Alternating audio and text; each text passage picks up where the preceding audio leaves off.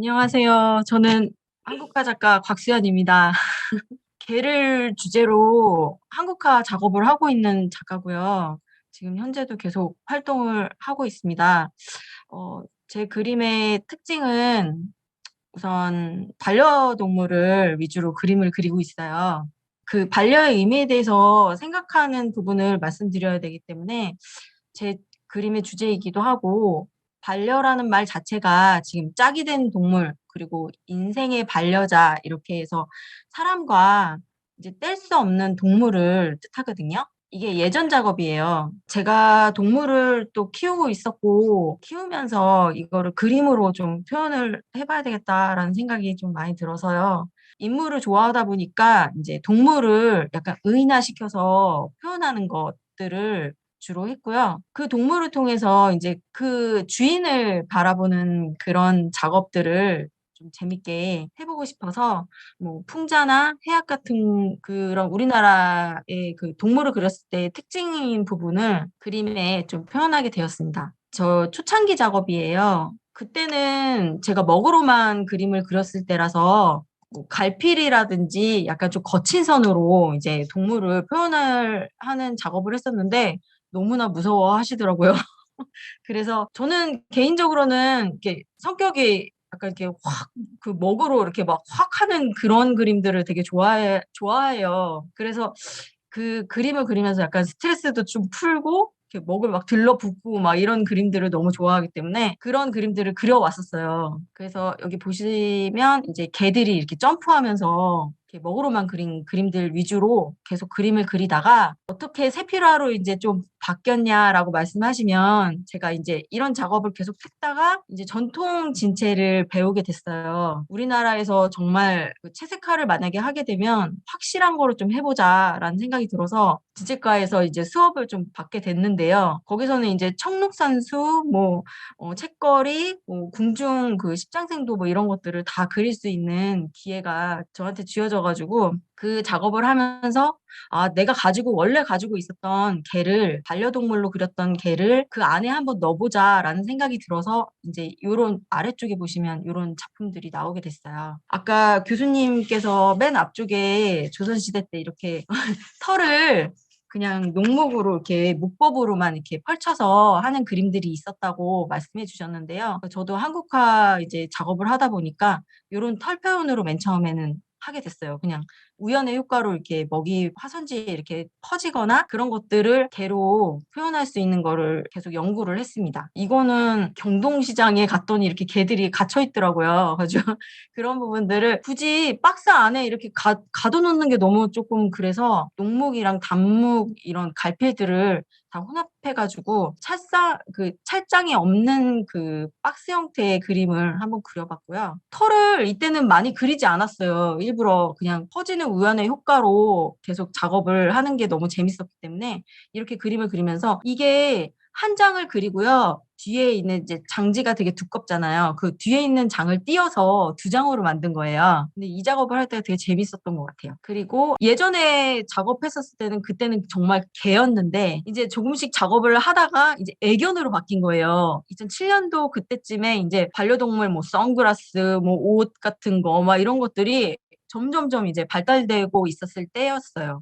그래서 이런 작업이 나왔고요. 제 그림의 특징이 이제 의인화시키는 거라서 이제 다들 이렇게 차를 마시거나 제가 좋아하는 부분이긴 한데 여러 사람을 만나서 차를 마시면서 서로 얘기하는 그런 것들을 이제 동물로 좀 재밌게 표현해 봤습니다. 맨 처음에는 이 개랑 무언가를 그 진체라는 것들을 합치는 게 조금 힘들었어요, 되게.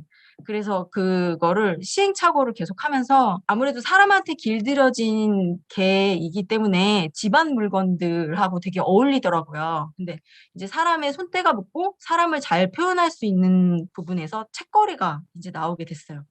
그래서 책거리와 개가 이제 합쳐져서 이제 마치 화면 속에서 개가 자기가 이제 주인인 양, 사람인 양, 이제 의인화돼서 하는 표현들을 이렇게 작업해 봤습니다.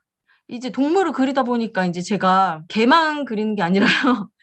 십이지신을 또 그리게 됐어요. 왜냐하면 사람하고 가까운 동물을 찾다 보니까 이제 개가 나오고 고양이가 나오고 이제 12지신으로 가면서요. 이때가 2007년도인데 그때서부터 이제 그 해의 띠를 그리게 그 띠의 동물들을 그리게 됐어요. 이때가 돼지 해여가지고 돼지를 그리게 됐는데요. 이런 식으로 12지신은 그냥 매년 바꿀 때마다 연초에 이제 그런 작업을 계속 따로 하고 그러면서 이제 제가 가지고 있었던 개 반려동물들은 이제 계속 따로 작업을 하고 그렇게 작업을 해왔어요. 제가 이제 이런 거를 하다 보니까 사자성어로 제목을 붙이는 게 재밌더라고요. 당구풍월 해가지고 이렇게 정말 사람처럼 선풍기 바람 쬐고 있는 이런 동물들도 그리고 근데 이때가 되게 팝아트가 갑자기 유행이 되면서 앤디 워홀이 막 우리나라에 들어와서 그때 완전 뭐 롤리팝 막 이런 거 되게 유행했었을 때 갑자기 미나라는 장르가 말처럼 팝처럼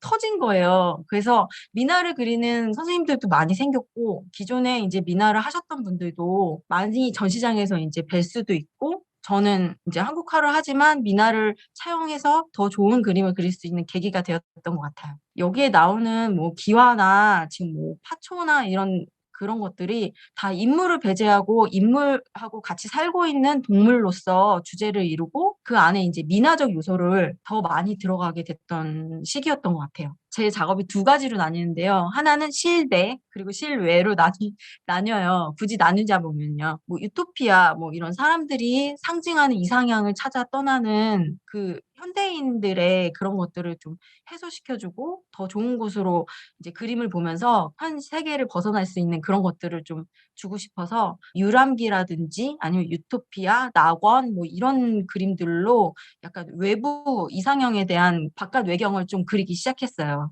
그래서 이렇게 보시면 병풍을 제가 되게 좋아하거든요. 그래서 병풍으로 이런 작업을 하게 됐습니다. 근데 이런 거 자체가 다 미나적 요소이거든요. 근데 이제 외국 분들은 이렇게 화면이 접혀져 가지고 이렇게 펼쳐진 병풍 자체나 아니면 부채 같은 거에 거의 마술이라고 얘기를 하실 정도로 되게 신기해하세요. 너무 좋다고. 어떻게 자기가 좋아하는 그림을 이렇게 접어서 한 번에 이렇게 소장을 할 수 있을까? 이런 얘기도 하시더라고요. 본격적으로 이제 더 많이 미나적인 요소가 들어왔던 게 이제 호피 장막도 이런 것.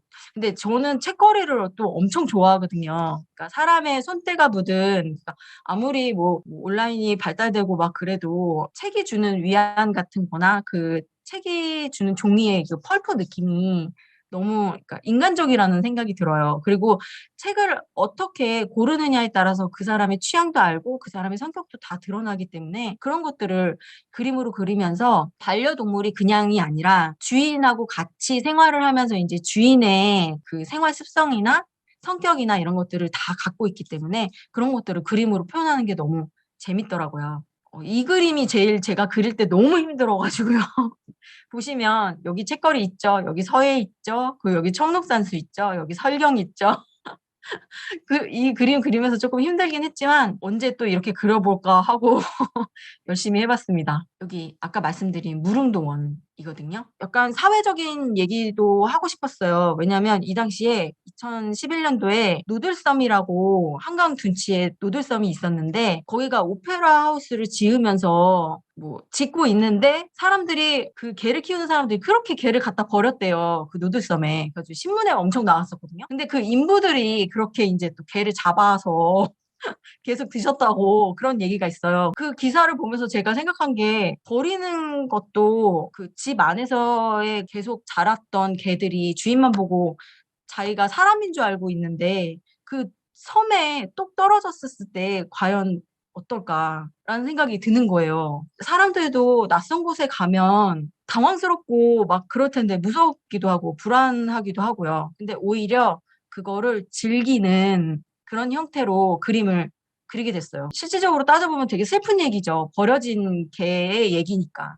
하지만 역으로 생각해보면 버려진 게 아니라 자유를 찾은 거라고 생각하고 그림을 그린 거예요. 이런 것들이 우리 생활 속에서 항상 저는 존재한다고 생각하거든요. 아무리 나쁜 일이 있어도 좋게 바꿀 수 있는 그런 것들을 생활 속에서 가져야 된다는 생각이 들어서 이 무릉도원 시리즈가 이제 나오게 됐어요. 근데 여기 보시면 이렇게 얼굴이 사람같이 좀 저는 약간 이렇게 그 일명 조폭이라고 하죠. 그런 아저씨들이 이렇게 미미 인형 딱 들고 계시는 그런 거를 딱 보면 뭔가 희열감이 같은 게 느껴지거든요. 왜냐하면 되게 과격하지만 한편으로는 마음이 너무 여린 거예요. 근데 거기서 오는 반전이 저는 그림을 그릴 때 항상 재밌더라고요. 그런 것들을 그림에 넣고 싶어요. 그러면서 서로 즐거우면서 이 미나가 가지고 있는 그 즐거운 행복한 상징성들을 다 더하면서도 그림을 보면서 이제 기쁘고 행복하고 즐겁고 이런 것들이 정말 미나의 정말 행복한 그림이다라는 생각이 들어요. 그래서 제 그림에 더 이렇게 넣게 된 계기가 된 것 같아요. 이렇게 도란도란이라고 여기에 있는 동물들은 다 사람한테 길들여진 동물들이에요. 근데 동물이 굳이 동물이 아니라 사람도 사람하고 만나면서 이렇게 길들여져 있잖아요. 그런 것들을 좀 얘기를 하고 싶어서 뭐 여기 보시면 돼지에 이렇게 문신이 있잖아요. 이것도 얘가 원해서 한 건 아니지만 이 주인이 이쁘게 하려고 이렇게 한 거니까 이런 것들을 조금 사람한테 길들여져 있는 동물들로 채워봤어요. 이게 그냥 동물이 아니라 사람이라고 생각해 주시면 그림 볼 때 더 재밌으실 것 같아요. 그리고 무릉도원을 그리다가 제가 생각한 게 우리나라가 가지고 있는 그 오방색 중에 색동이 저는 제일 현대적이라고 생각하거든요. 그런 것들을 이제 그림에 넣어서 색동산수를 만들어서 이상적인 세계를 표현해 봤어요. 이제 호랑이도 그냥 호랑이가 아니라 좀 다른 호랑이인 거죠. 이런 것도 다 사람화 시켜서 그린 그림이에요. 근데 이거는 외눈박이 나라에 두눈박이가 오히려 이상한 상황이거든요. 근데 이게 현실 세계에도 항상 존재해요. 저는 이렇다라고 생각하는데 다른 사람들은 다르게 생각하기 때문에 이런 게 항상 현실에 있다라는 것도 그림으로 한번 표현해 봤습니다. 그리고 이건 파초도인데요. 미나에서도 파초도가 항상 등장하지만 저는 이 파초도가 너무 좋더라고요. 파초라는 식물이 직선으로 자라면서 이렇게 넓게 넓게 펼쳐라. 이런 뜻으로 정말 이렇게 굳은 선비의 그런 것들을 갖고 있어서 일상생활을 살면서 이제 우리도 고든 마음으로 널리 널리 펼쳤으면 하는 마음으로 그린 그림이고요. 여기 밑에 우리나라 전통견인 삽살개를 제가 넣은 이유는 삽살이 그 삿된 것을 좀 안 좋은 기운들을 다 이렇게 물리친다라는 뜻이거든요. 그래서 그런 개가 오히려 이런 설명의 파초도를 더 지켜서 이 뜻이 더 굳건해지게 해서 이제 표현해 봤습니다. 그리고 최근에는 그 전통 진체 작업도 하지만 아크릴 작업도 계속 중간중간에 했었거든요. 그걸로 이제 책거리를 토피아로 해가지고 쨍한 선 있잖아요. 미나에 있는 색들이 가만히 보면 약간 형광빛이 돌 때가 있어요. 그런 것들을 보면 되게 현대적이고 되게 감각적이다라는 생각이 들어요. 그 당시에 있었던 물감들이 아무래도 약간 형광빛이 살짝 돌지 않았을까. 그러니까 시대별로 물감들이 좀 다 다르잖아요. 그런 것들을 표현해 보고 싶은데 현재 우리가 가지고 있는 재료를 생각해 보니까 아크릴로도 충분히 표현할 수 있을 것 같다라는 생각이 들어서 이제 아크릴 작업으로 이렇게 책거리를 그려봤어요. 이게 작년 작업이고요. 이렇게 해서 작업을 더 많긴 하지만 그래도 제가 좀 말씀드릴 수 있는 것들을 한번 여기까지입니다. 네.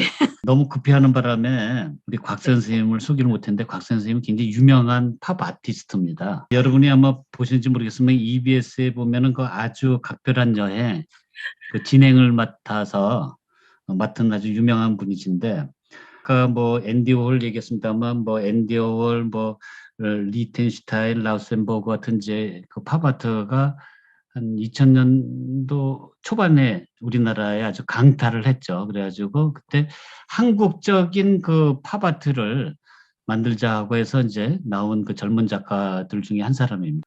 어떻게 보면 그 팝아트 쪽에서 그 미나를 그 현대화하는 작업을 하신 분이고 의나 또는 스토리텔링 거기에 또 있는 뭐 해약 뭐 반전 이런 것들이 굉장히 아주 재밌는 작품인 것 같습니다. 이번에도 이제 그 제가 이제 초대를 해가지고 그 오스트리아 전시에 가는데 거기도 아주 생뚱맞게 막 책거리에 그 개가 그려져 있어가지고 이게 왜 했나 했더니 이게 다 사람의 손때가 묻어서 그렇다고 이렇게 말씀해 주셨는데 아주 설명을 너무 재밌게 잘해 주신 것 같아요. 지금부터 이제 질문을 받기로 하겠습니다.